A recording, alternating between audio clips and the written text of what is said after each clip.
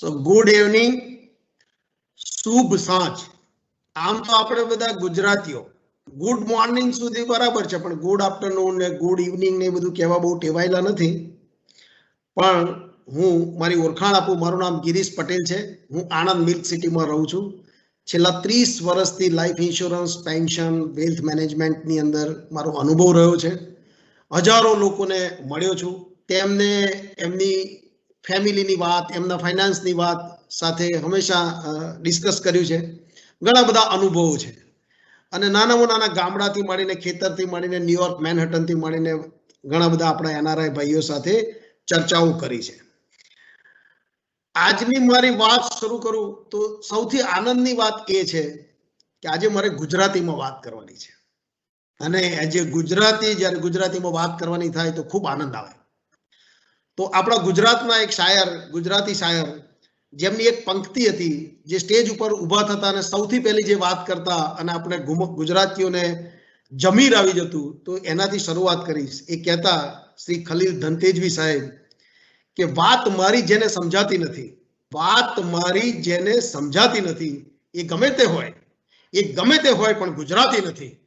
તો આ પંક્તિ બોલતાની સાથે બધા ગુજરાતીઓ એમની સાથે જોડાઈ જતા અને ગુજરાતની કહાની ને ગરવી ગુજરાતની વાર્તાઓ સાથે જોડાઈ જતા. આપણે ગુજરાતીઓ ખૂબ સાહસિક પ્રજા, ગમે તેવા જોખમ લઈએ, બહુ વિચારવાનું, બહુ પ્લાન કરવાનું આપણા એમાં નથી. સમય બદલાતો ગયો, આપણને ખબર પડતી ના ગઈ અને ધીરે ધીરે આપણને એવી સ્થિતિ આવી કે આજે આપણે 40-45 મિનિટ સુધી આ વાત કરશું અને વાતમાં આપણું રિટાયરમેન્ટ અને આપણું પેન્શન, એની ઉપર આપણે એ વાતને લઈ જઈશું. આ જે વેબિનાર છે એ બજાજ એલિયાન્સ લાઈફ ઇન્સ્યોરન્સ કંપનીના સૌજન્યથી છે અને પ્યોરલી આ webinar pension awareness, retirement plan awareness માટે આયોજન કરવામાં આવ્યો છે. આપ સૌ જોડાયા, આપ સૌએ આપનો કિંમતી ટાઈમ આપ્યો. આપ સૌને હું આવકારું છું બજાજ એલિયાન્સ લાઈફ ઇન્સ્યોરન્સ કંપની તરફથી. જો આપણે વાતની શરૂઆત કરીએ તો બર્થ એટલે આપણો જન્મ થાય અને જન્મથી રિટાયરમેન્ટ સુધી ઘણા બધા આપણા ગોલ હોય છે. જન્મ આપણા હાથમાં નથી. કોઈ પણ ફેમિલીમાં આપણો જન્મ થાય, આપણો ગુજરાતમાં જન્મ થયો છે એનું પણ આપણને ગૌરવ છે.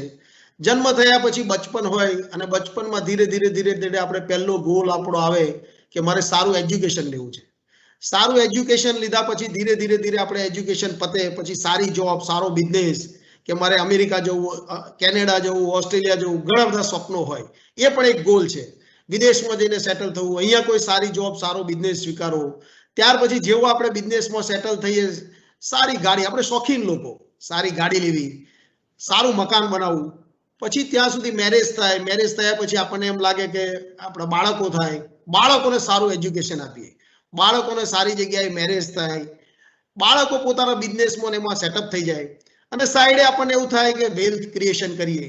આપણે પોતે આપણું રિટાયરમેન્ટ નહીં, આપણે પછી બીજી પેઢી, ત્રીજી પેઢી, 7 પેઢી સુધીનો આપણે ત્યાં રિવાજ છે ભાઈ. તો આપણે બચતમાં તો આપણે પહેલેથી જ માનીએ છીએ. આપણા ગઈડિયા કહેતા કે 7 પેઢી સુધી આપણે કઈ ખૂટે નહીં એવું આપણે કરવું છે. એવી રીતે આપણું પ્લાનિંગ થતું. એટલે બચત આપણા માટે કોઈ નવી વસ્તુ નથી, પણ સાથે સાથે જોખમ લેવા પણ આપણા માટે કોઈ નવી વસ્તુ નથી. આપણે ત્યાં કહેવત છે, આપણે કોઈને કહીએ કે સાહેબ રિટાયરમેન્ટનું પ્લાનિંગ કરો ને, તો આપણને જવાબ વધારે પડતો શું મળે? અરે પડશે એવું દેવાશે, જોયું જશે. આપણે એ ટાઈપની પ્રજા છીએ અને આપણને આપણું ગૌરવ છે.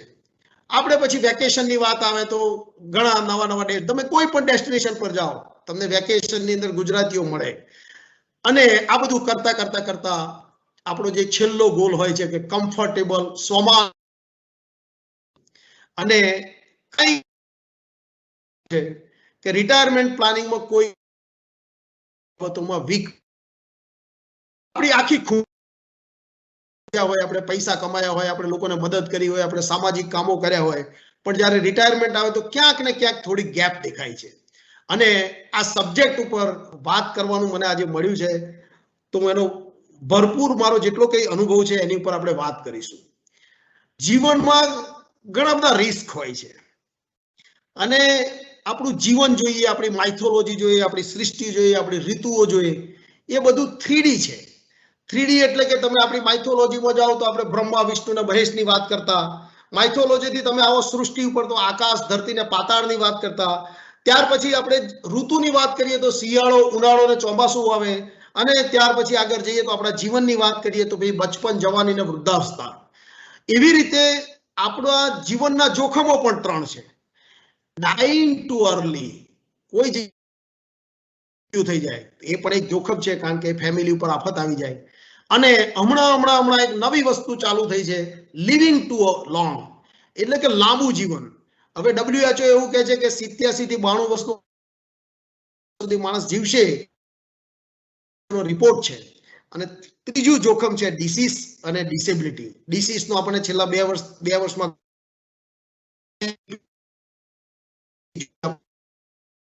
આપણને લાગ્યું કે ડિસીઝ પણ એક મોટું રિસ્ક છે, અને ઓક્સિજન ના મળે ને આ બધી જે પરિસ્થિતિ થાય ત્યારે આ ખમીરવંતો ગુજરાતીની કઈક કપાળ ઉપર કરચલી લાગે અને એને એવું લાગે કે નહીં, કોઈ જગ્યાએ મારી લાચારી છે. તો આવી બધી પરિસ્થિતિ, તો આ જોખમો સામે રક્ષણ માટે પૂરું financial planning, living too long વાળા જો રિસ્ક ઉપર વાત કરીએ તો એક રિટાયરમેન્ટ પ્લાનિંગ ઉપર આપણે બહુ ડિટેલમાં આજે વાત કરવાના છીએ. એની સાથે સાથે બી તમે જોજો, આપણે જ્યારે આપણો જન્મ થાય ને તો જન્મની સાથે આપણી એક ઈચ્છાઓ હોય છે, ઇનબિલ્ટ હોય. એ ઈચ્છા આપણે બનાવવાની નથી હોતી, ઇનબિલ્ટ ઈચ્છાઓ છે. અને એ ઈચ્છાઓ એવી છે કે ભાઈ દરેક માણસને એવું થાય, nobody wish to die early, કોઈને વહેલા મરવું નથી. આ એક ઈચ્છા છે. તમે જોજો આપણે ત્યાં કહાનીઓ પણ છે, અને આપણે તમે જોશો કે ભાઈ 45 થાય, 48 થાય, 50 થાય તો માણસ હળદર પીશે, દૂધ પીશે, જીમ કરશે, વોકિંગ, એકદમ સાત્વિક આહાર લેવાનું શરૂ કરશે ને આ બધું કામ, કારણ કે આપણે લાંબુ જીવવું છે. લાંબુ જીવવું એ આપણી બર્થ વિશિસ છે. સેકન્ડ છે કે નોબડી વિશ કે ભાઈ એના સ્પાઉસ નું ડેથ જલ્દી થાય. જુવાનીમાં ગમે તેવા સારા નરસા આપણા સંબંધો રહ્યા હોય, પણ પાછલી ઉંમરમાં આપણને લાગે કે આપણી પત્ની પણ આપણી સાથે લાંબુ જીવે, અને એ આપણી એક બર્થ વિશ હોય છે. અને ત્રીજી એક આપણી સૌની વિશ હોય છે કે nobody wish to work hall life, કોઈને આખી જિંદગી કામ નથી કરવું. ઘણા લોકોને મેં સાંભળ્યા છે જે લોકો 48, 50, 52 થાય તો કે હવે મારે બહુ નોકરી નથી કરવી, હવે ધંધો છોકરાને સોંપી દેવો છે, હવે બહુ જીવનમાં કર્યું. આવી વાતો તમે પણ સાંભળતા હશો, હું પણ સાંભળું છું. તો આ 3 જે વિશેષ છે આપણી, કે આપણે લાંબુ જીવવું છે, વાઇફ પણ લાંબુ જીવે, અને મારે આખી જિંદગી કામ નથી કરવું. આ 3 જે આપણી ઈચ્છાઓ છે એને જો પૂરી કરવી હોય તો એનું એકમાત્ર સોલ્યુશન છે, અને એ છે ગેરંટેડ મંથલી. બિઝનેસ હોય કે ના હોય, આપણી નોકરી હોય કે ના હોય, પણ જ્યારે આપણે રિટાયર થઈએ અને આપણે અંતિમ શ્વાસ લઈએ ત્યાં સુધી દર મહિનાની 1લી તારીખે ગેરંટેડ મંથલી કેશ ફ્લો આપણા એકાઉન્ટમાં આવવો જોઈએ. જો આ પ્લાનિંગ આપણાથી થઈ ગયું તો આપણી જે આ બધી વિશેષ છે એ સારી રીતે સોમાનભેર અને અંતિમ શ્વાસ સુધી જમીનથી આપણે સર ઉઠાઈને જીવી શકીએ. તો એ વિષય પર આપણે આજે વાત કરવાના છીએ.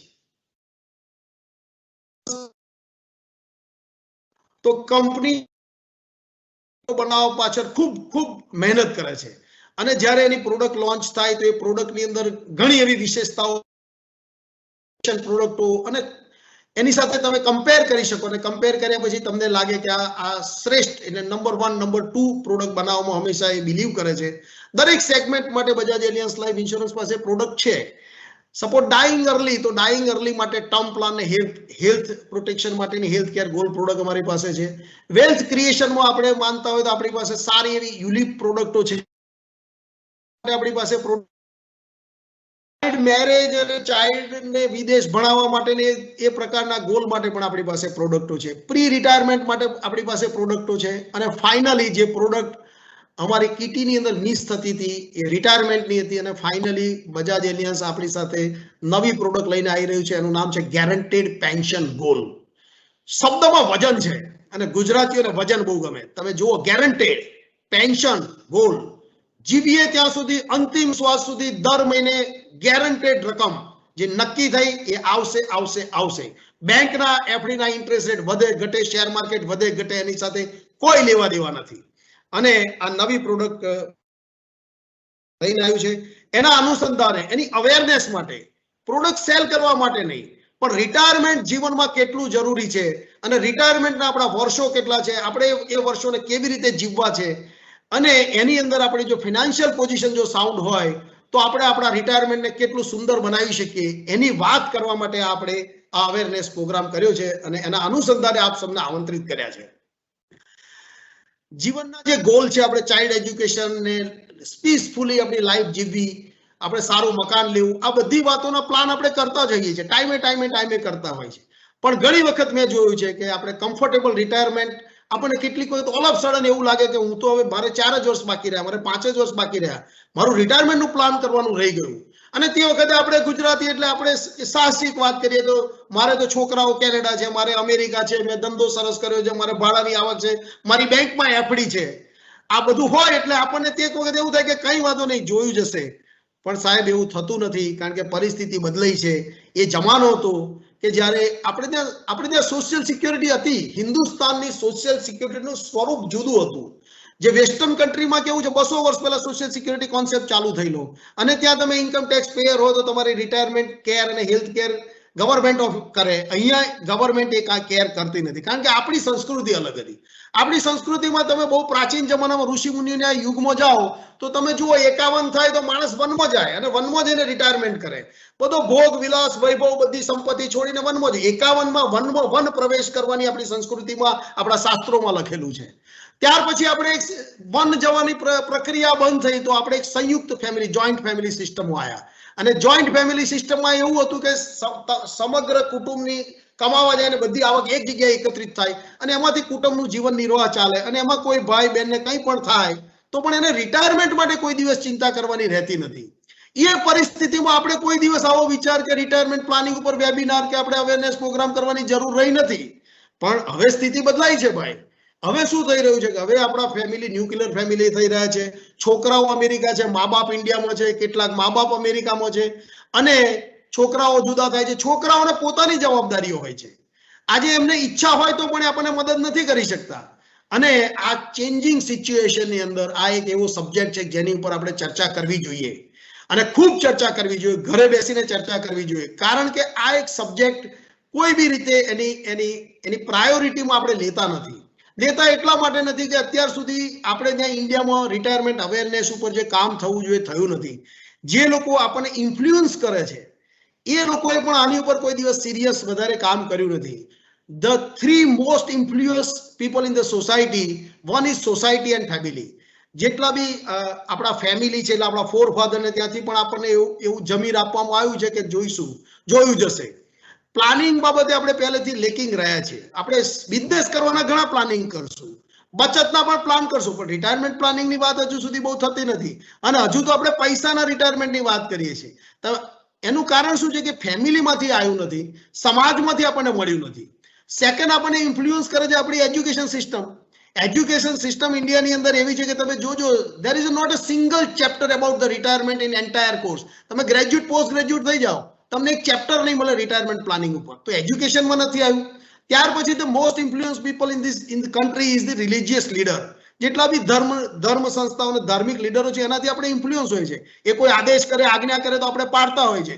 એમણે પણ સમવેર ક્યારે બી રિટાયરમેન્ટ ઉપર મોક્ષની વાત કરે છે, સ્વર્ગની વાત કરે છે, પણ એમણે મારું 60 થી 85 કે 55 થી 85 નું જે રિટાયરમેન્ટ છે એના અવેરનેસ ઉપર ક્યારે કોઈ બોલ્યું નથી અથવા બહુ ઓછું બોલાયું છે. અને એને કારણે આ સબ્જેક્ટ આપણે ત્યાં થોડો બેકસીટ ઉપર રહે છે. અને હવે ટાઈમ આવી ગયો છે. ટાઈમ એટલા માટે આવી ગયો છે કે છેલ્લા 2 વર્ષથી આપણે જોઈ રહ્યા છીએ પેન્ડેમિક સિચ્યુએશનની અંદર પૈસા બી એકાઉન્ટમાં હોય છે. આપણા બિઝનેસ ધંધા નોકરીની સ્થિતિ શું થઈ રહી છે, આપણા ખેતરો હતા, ભાઈઓમાં ભાગલા પડતા ગયા અને આપણે જે મોટી મોટી જમીનો હતી એ તપેલીની ચમચી થઈ જવાય છે.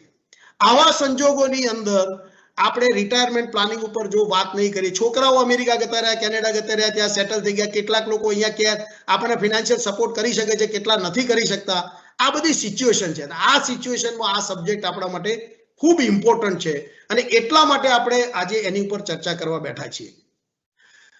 Y retirement planning. આ એક તમને સિનેરિયો હું બતાવવા માંગુ છું કે જ્યારે આપણા ફાધર અને એ સમયમાં તમે જોશો તો આપણો જે વર્કિંગ સ્પાન હતો, વર્કિંગ સ્પાન આપણો લોંગ હતો. એટલે અમે એને થોડું તમને સમજ આવે એટલા માટે બનાવ્યું છે રૂલ ઓફ 30-30. 30-30 મીન્સ શું કે ભાઈ પહેલા એજ્યુકેશન શું હતું તો તમે ગામડામાં જોજો કોઈ મેટ્રિક થાય તો એમ કહેતા કે આ મેટ્રિક થયો છે. મેટ્રિક એટલે હાઈએસ્ટ એજ્યુકેશન કહેવાતું. અને માણસ 20 વર્ષે ભણી રહે અથવા ના પણ ભણે તો એ 20મા વર્ષે શું કરે? He started going to the એટલે ખેતરમાં જાય, પોતાની દુકાન પર બેસે, કઈ નાનો મોટો ધંધો કરે. એ એના જે વર્કિંગ અવર છે એ આપે અને they indirectly contribute the family income. So 20 વર્ષે માણસ કમાવાનું શરૂ કરતો અને 60 વર્ષે રિટાયર થઈ જતો. તો માણસ 40 વર્ષ કમાતો. Working span 20 to 60 40 years. અને રિટાયરમેન્ટ શું હતું? તો એ વખતે એવરેજ આયુષ્ય 67 હતું. બહુ વધીને કોઈ સારા હેલ્ધી માણસ હોય તો 70 હતું.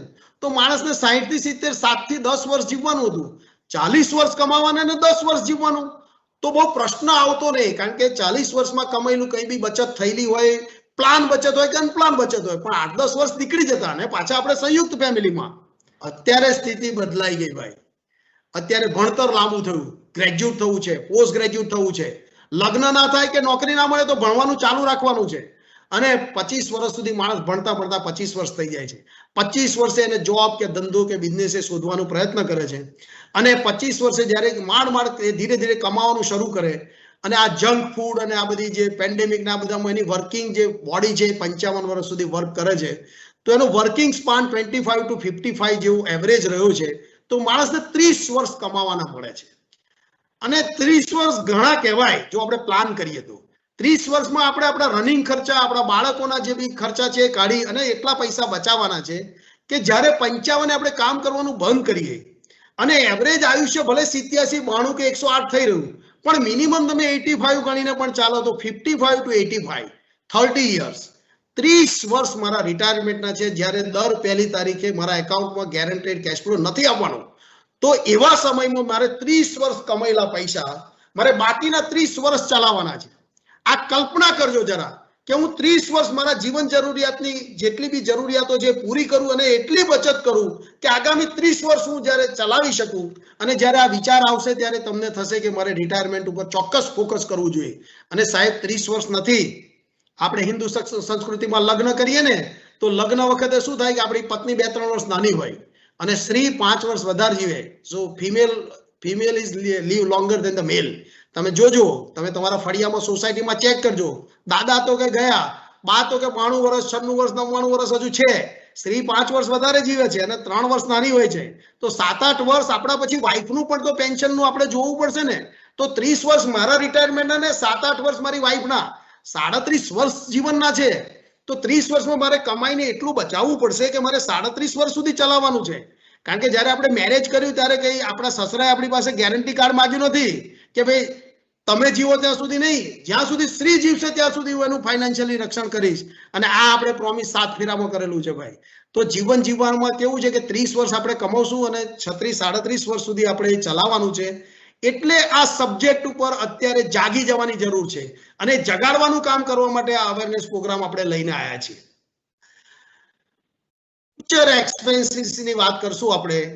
તો જનરલી જ્યારે આપણે કોઈની પાસે મેં વાત કરતા હોય તો કોઈ એવું પૂછે કે મારે મિનિમમ કેટલા પૈસા જોઈએ રિટાયરમેન્ટમાં. હું તમને ખાલી એક સિમ્પલ દાખલો આપું છું અને એક નાની ફોર્મ્યુલા આપું છું. એને અમે BLD કહે છે. B એટલે બ્રેકફાસ્ટ, L એટલે લંચ, D એટલે ડિનર. બ્રેકફાસ્ટ, લંચ અને ડિનર. એક દિવસમાં માણસને 300 રૂપિયાનું જનરલી એક માણસ જમે એટલે ચા, નાસ્તો, બપોરનું લંચ અને રાતનું ડિનર 300 રૂપિયાનું થાય. હસબન્ડ વાઈફ હોય તો 600 રૂપિયાનું થાય. 600 રૂપિયા પર ડે આપણે જમવા માટે જોઈએ. અને 600 રૂપિયા આપણે પર ડે જમવા માટે જોઈએ તો એક વર્ષના આપણે 2,19,000 રૂપિયા ફક્ત જમવાના જોઈશે. હવે 2,19,000 રૂપિયા મારે જમવા માટે જોઈશે અને મારું રિટાયરમેન્ટ 20 વર્ષ હોય સમજો. અને 20 વર્ષ હોય તો 20 વર્ષમાં શું થાય છે કે 6% તમે અત્યારે ઇન્ફ્લેશન જોઈએ, કારણ કે જે રીતે મોંઘવારી વધી રહી છે. મિનિમમ એવરેજ જો 6% ઇન્ફ્લેશન રહે તો 20 વર્ષ પછી મારો જે વર્ષનો જમવાનો ખર્ચ છે 7 લાખ રૂપિયા થશે. 2 લાખના 7 લાખ થશે. આજથી 20 વર્ષ પછી હું રિટાયર થવાનો હોઉં અને 6%નો ફુગાવો કે ઇન્ફ્લેશન રહે તો મારે 7 લાખ રૂપિયા ખાલી મારે ને મારી વાઈફને જમવા માટે જોઈશે. બાકી તો હું કપડાં છે, બૂટ છે, બધું એનું એ ચલાવી લઈશ, પણ ખાલી જમવાનું મારું ના રહી જાય એના માટે મારે પર યર 7 લાખ રૂપિયાની જરૂર પડશે. અને જો મારું 30 વર્ષનું રિટાયરમેન્ટ હોય તો મારે 2 કરોડનું પેન્શન ફંડ મારે અત્યારે બનાવવું પડે. 2 કરોડ રૂપિયાનું જો હું મારું પેન્શન કોર્પસ બનાવું તો મારા 30 વર્ષ જે લાઈફસ્ટાઈલથી અત્યારે જમું છું એ લાઈફસ્ટાઈલથી હું જમી શકીશ. બાકીનું બીજું બધું લક્ઝરી કે ખર્ચા કે વેકેશન કે એ બધાની તો હું વાત અત્યારે કરતો નથી. અને જ્યારે એ ફિગર ઉપર આપણે આવીએ અને આંકડો જોઈએ ત્યારે આપણને એમ થાય કે મારે 2 કરોડનું કોર્પસ બનાવવા માટે જરૂરથી વહેલી શરૂઆત કરવી પડશે. તો નેક્સ્ટ હું કહેવા એવી રીતે માંગુ છું, એ સિવાય આપણા ખર્ચા છે, મેડિકલ છે, ટ્રાવેલ છે, યુટિલિટી છે, ફેસ્ટિવલ છે, એન્ટરટેનમેન્ટ છે, ક્લોથિંગ છે, આ બધા ખર્ચા રહેશે. પણ જમવા એકલા માટે મારે 2 કરોડનું કોર્પસ જોઈશે. અને એ કોર્પસ જો મને એમ લાગે કે મારે 2 કરોડ રૂપિયાની જરૂર છે અને મારી જોડે કેટલો ટાઈમ બચ્યો છે, સો મારે અહીંથી મારી આવક કેટલા વર્ષ રહેવાની છે એની ઉપર તમારે રિવર્સ કેલ્ક્યુલેશન કરવું પડશે. જો તમારે 20 વર્ષ હજુ કમાવાના બાકી હોય તો તમારે દર વર્ષે 4 લાખ રૂપિયાનું ઇન્વેસ્ટમેન્ટ કરવું જોઈએ, રાઈટ. જો તમારી જોડે 15 વર્ષ રહ્યા હોય એટલે ઓછા વર્ષ હોય તો તમારે 4 ને બદલે 6 લાખ રૂપિયા ઇન્વેસ્ટ કરવાના શરૂ કરવા પડશે, તો તમે 2 કરોડે પહોંચશો સાહેબ. અને તમારી જો 10 જ વર્ષ હોય તો વર્ષે 12 લાખ, દર મહિને 1 લાખ રૂપિયાનું સેવિંગ જોઈશે. અને જો તમે રિટાયરની ખૂબ નજીક થઈ ગયા હો અને રિટાયરમેન્ટ પ્લાન કરવાનું બાકી રહી ગયું હોય તો તમારી પાસે 5 જ વર્ષ જો બચ્યા હોય તો દર વર્ષે તમારે 30 લાખ રૂપિયાની બચત કરવી પડશે to reach the 2 crore goal of pension fund. So આ સ્લાઇડમાં હું કહેવા એવી રીતે માંગુ છું કે તમે જે જગ્યાએ અત્યારે હો, સ્ટાર્ટ ઇમિડિયેટ. કારણ કે તમે જેટલું વહેલું સ્ટાર્ટ કરશો તમારે ઓછા પૈસા રોકવા પડશે અને તમે તમારા રિટાયરમેન્ટ ગોલ તરફ જઈ શકશો. Plan early, retire peacefully. જેટલું વહેલું પ્લાનિંગ કરશો તમે પીસફુલી રિટાયર થઈ શકશો. રિટાયરમેન્ટ વખતે કમ્ફર્ટેબલ લાઈફસ્ટાઈલ, મેડિકલ એક્સપેન્સીસનું પ્રોવિઝન કરવું પડશે. મેડિકલ એક્સપેન્સીસના પ્રોવિઝનની અવેરનેસ માટે વાત કરવાની મને નથી લાગતું કે હવે જરૂર હોય. છેલ્લા 2 વર્ષમાં આપણે મેડિકલ એક્સપેન્સીસને જોઈ લીધા છે. આપણે જનરલી 6% ઇન્ફ્લેશનની વાત કરતા હોઈએ છીએ પણ મેડિકલ ઇન્ફ્લેશન તરફ આપણી નજર નથી. મેડિકલ ઇન્ફ્લેશન 30%ની એવરેજથી 32%ની એવરેજથી વધી રહ્યું છે. દર 3 વર્ષે ડબલ થાય છે. 50 રૂપિયામાં ઈસીજી કરાવતા હતા અત્યારે 500 રૂપિયા થાય છે. ઇન્ફ્લેશન એડજસ્ટેડ રિટર્ન એ પણ એક મહત્વનો મુદ્દો છે. તમે ને હું 5 રૂપિયામાં બાલ્કનીમાં પિક્ચર જોતા અત્યારે 150 રૂપિયા થાય છે. જે રીતે મોંઘવારી વધી રહી છે એ રીતે તમે જોશો તો ઇન્ફ્લેશન એડજસ્ટેડ રિટર્ન ઉપર પણ ફોકસ કરવું પડશે. કારણ કે હું તમને એક બીજી સ્લાઇડમાં આગળ એક બીજી વસ્તુ જે રિસ્ક છે બતાવવા જઈ રહ્યો છું, રાઈટ.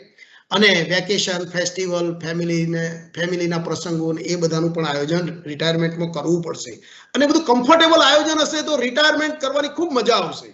અને એના માટે આપણે અત્યારે એની પર વિચાર કરવા માટે ભેગા થયા છીએ.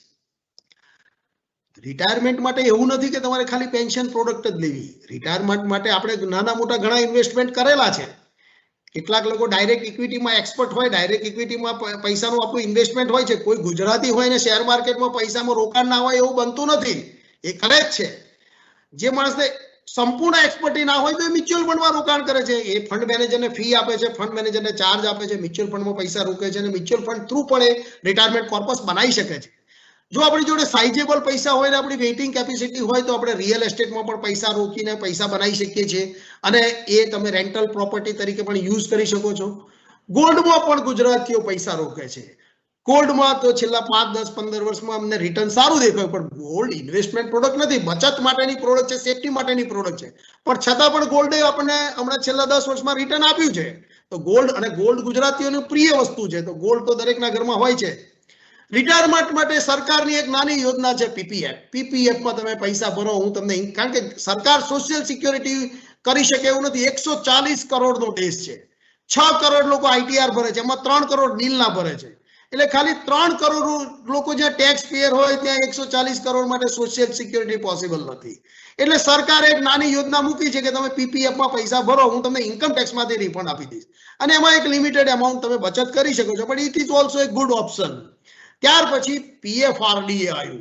જેવી રીતે સેબી ઇક્વિટીને મેનેજ કરે, એમફી ને મ્યુચ્યુઅલ ફંડને એમફી મેનેજ કરે, બેંકોને આરબીઆઈ મેનેજ કરે, ઇન્સ્યોરન્સ સેક્ટરને આઈઆરડીએ મેનેજ કરે, એવી રીતે પેન્શન માટે સરકારે પગલાં લીધેલા. 2004માં pension fund regulatory authority of ઇન્ડિયાનું ગઠન કરેલું.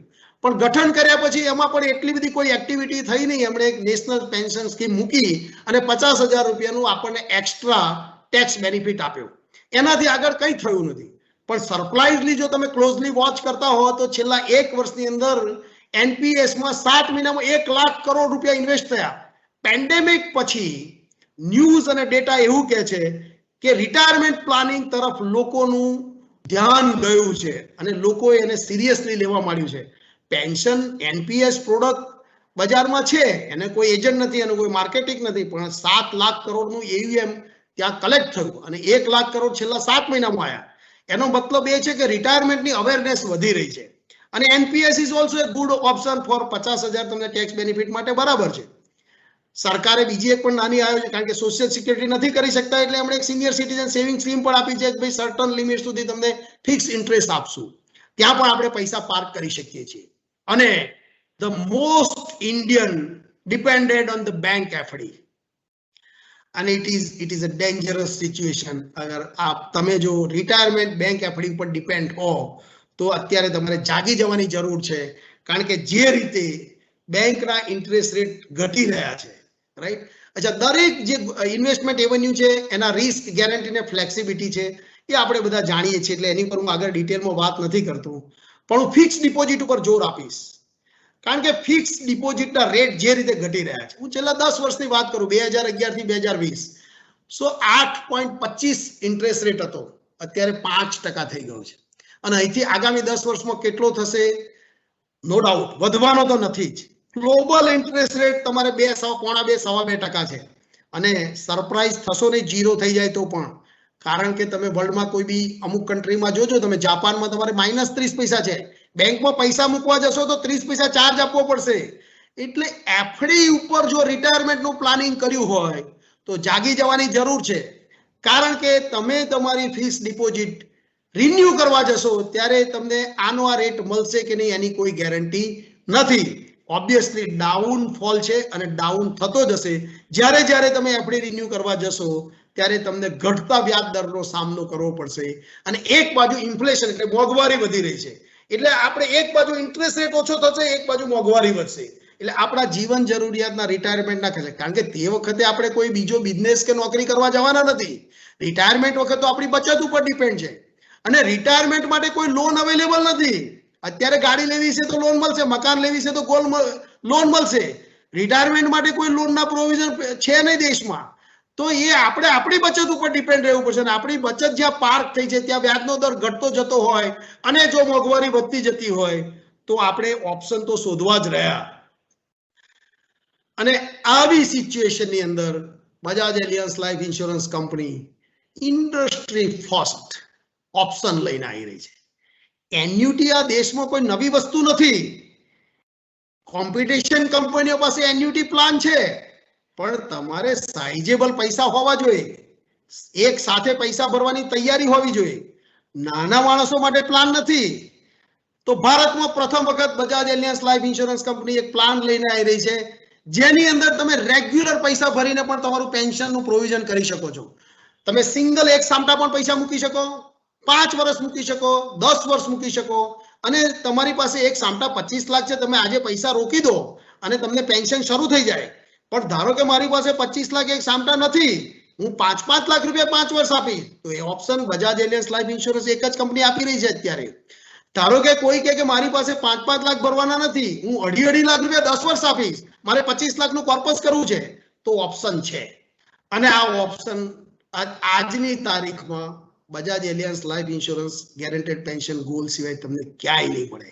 તો નાના માણસો ધીરે ધીરે બચત કરીને પણ પોતાના પેન્શનનું પ્લાનિંગ જીપીજી પ્રોડક્ટમાં કરી શકે છે.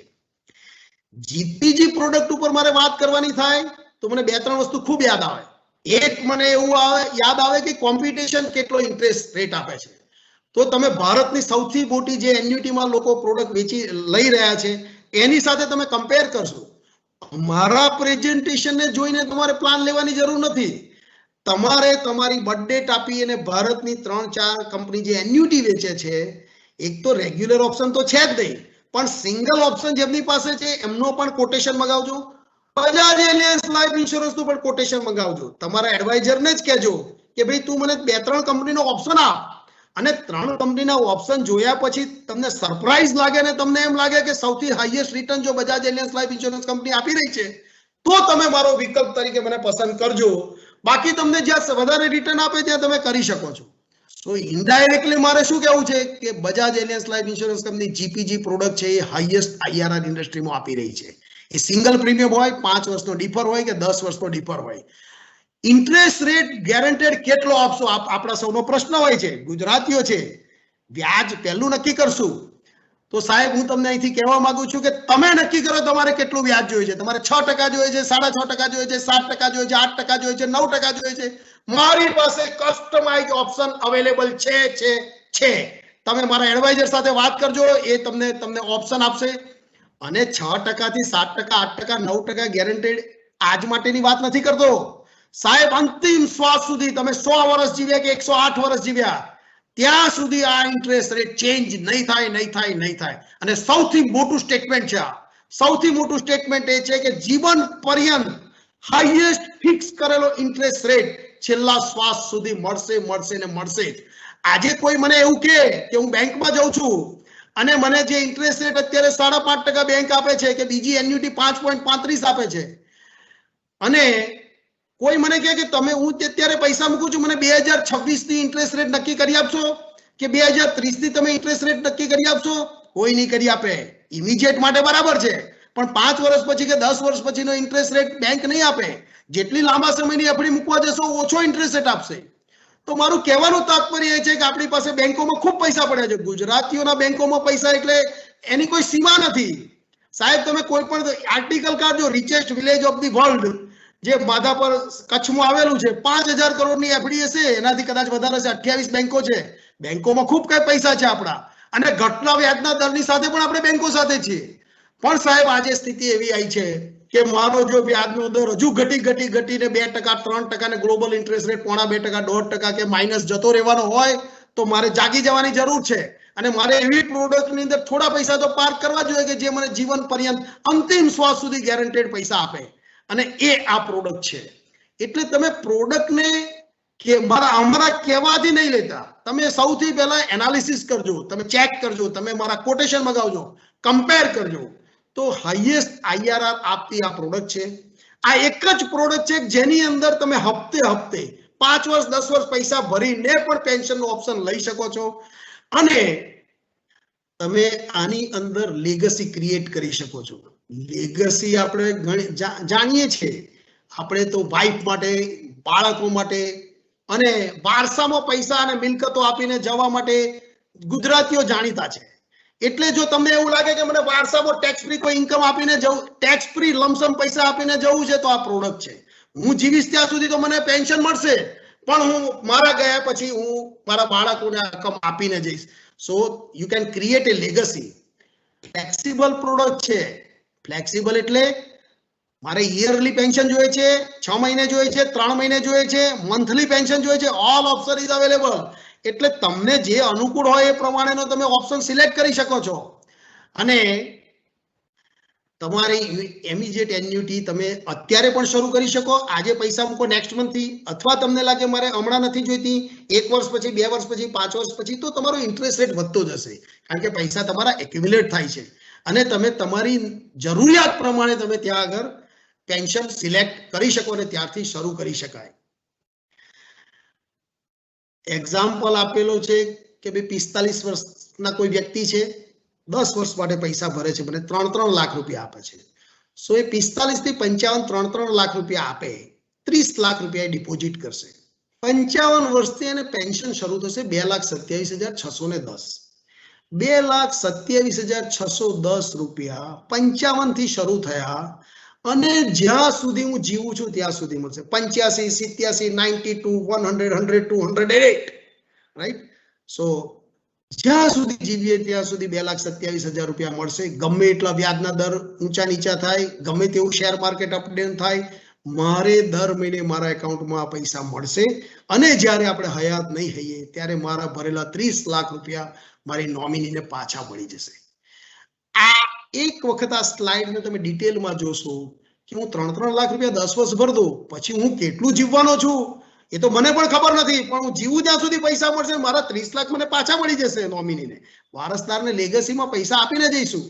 તો એક સુંદર પ્લાન છે, અને બધી જ ચિંતાઓ જે કપાળ ઉપર કરચલી પડે છે રિટાયર વખતે, એ નહીં પડે સાહેબ, કારણ કે તમે સોસાયટીમાં જોજો જે રિટાયર થયેલા લોકો છે એમનું જીવન કેમ છે, તમે ઓબ્ઝર્વ કરવાનું શરૂ કરજો આજથી. તમને હું જણાવીશ કે જે લોકો રિટાયર છે 3 ભાગમાં વહેંચેલા છે. જેટલા લોકો રિટાયર તમારી સોસાયટીમાં હશે, તમારા ફ્લેટમાં હશે, શાંતિથી ઓબ્ઝર્વ કરજો એમની લાઈફ. તો એ 3 ભાગમાં વહેંચેલા છે. એકને અમે કહીએ છીએ મેન એટ વર્ક. એ માણસ રિટાયર થઈ જાય છે પણ ફાઇનાન્શિયલી તો બર્ડન એની ઉપર રહે છે.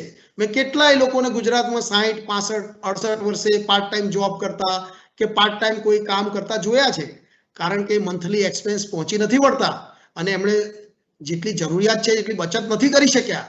તો એમને શું થયું છે કે એમને 62, 65 વર્ષે પણ નાનું મોટું કામ કરવું પડે છે. એક વર્ગ એવો આપણા દેશમાં છે, આપણા ગુજરાતમાં પણ છે. અને બીજો વર્ગ છે જે સ્માર્ટ છે, એને થોડું આયોજન કર્યું છે.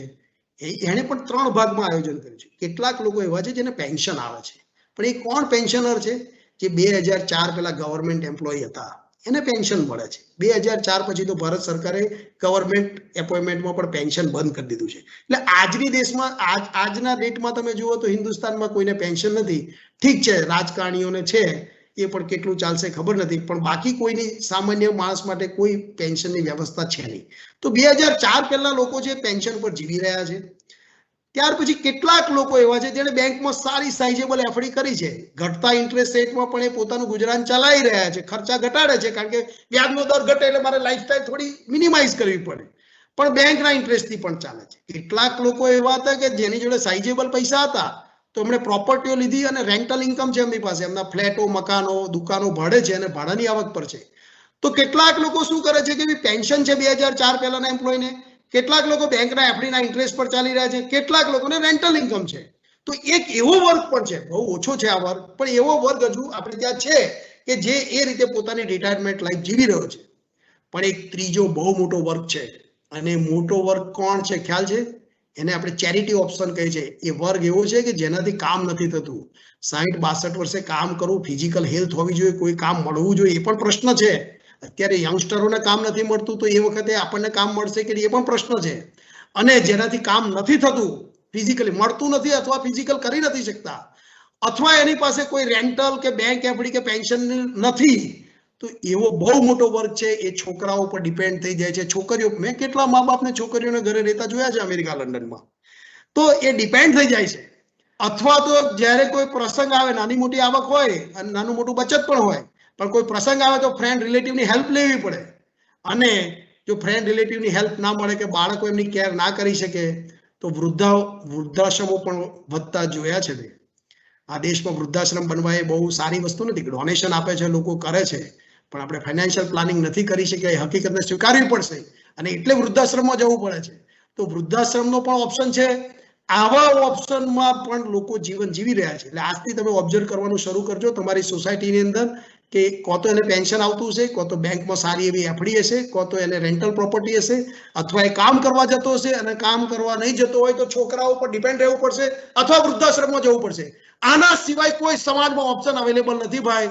જો પેન્શનનું પ્લાનિંગ નહીં કરીએ તો આપણે પણ જ્યારે રિટાયર થઈશું ત્યારે આ 3માંથી એક જગ્યાએ આપણે ફિટ થવાના છીએ.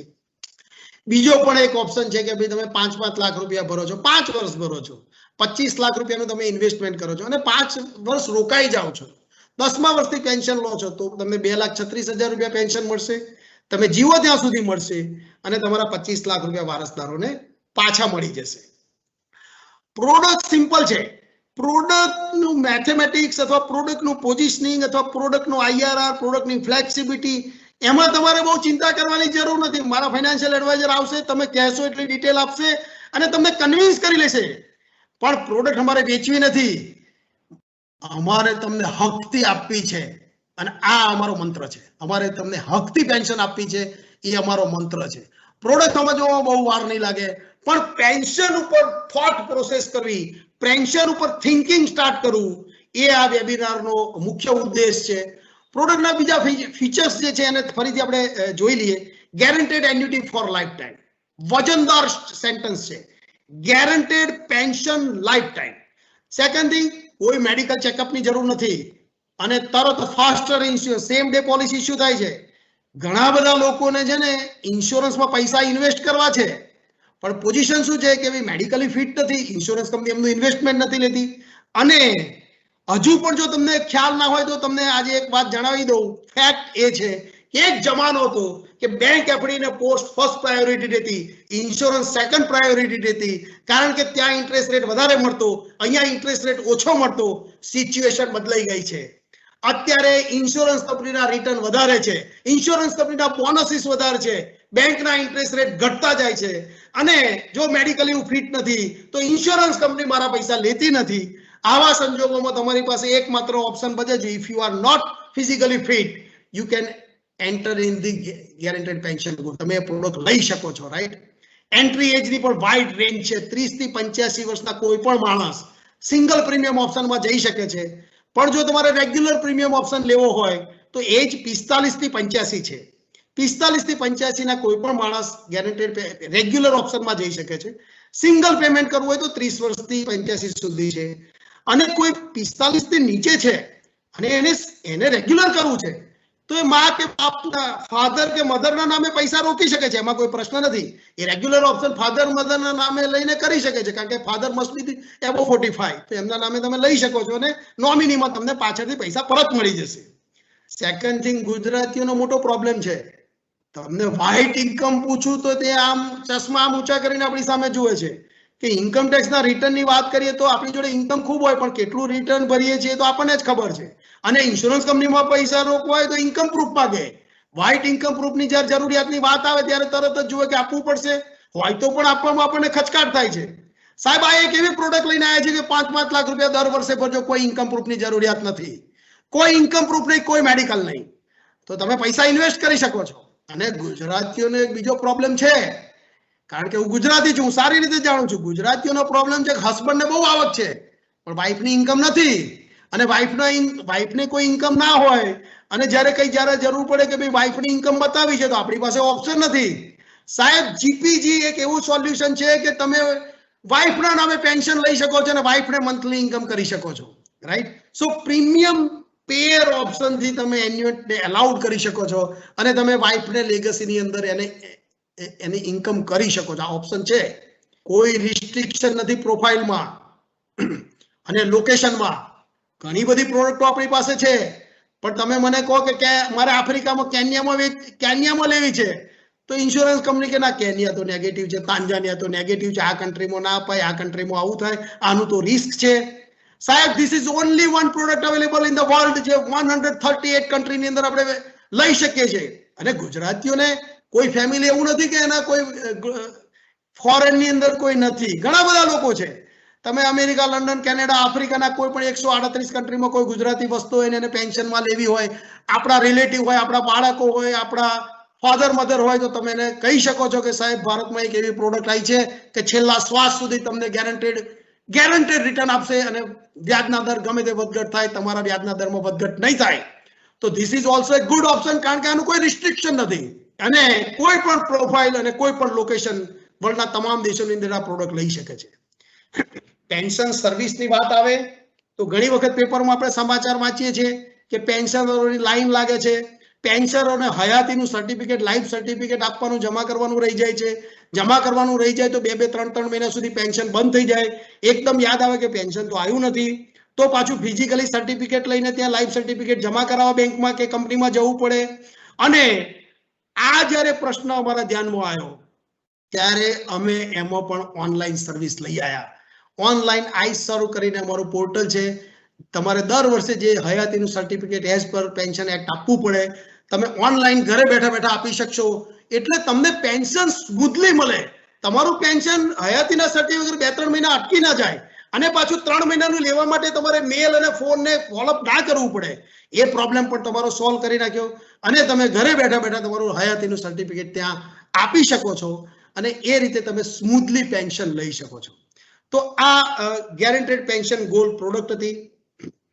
તમે તમારું રિટાયરમેન્ટ પ્લાન માટે અમારા ફાઇનાન્શિયલ એડવાઇઝરને ચોક્કસથી મળજો. આગળ તમને વધુ ડિટેલ પણ તેઓ આપશે. તમારા પ્રશ્નોનો 100% સંતોષકારક જવાબ મળે તો તમે અમને વિકલ્પ તરીકે સેવા કરવાની તક આપજો. થેન્ક યુ વેરી મચ અને wish you very very happy retirement. Thank you very much.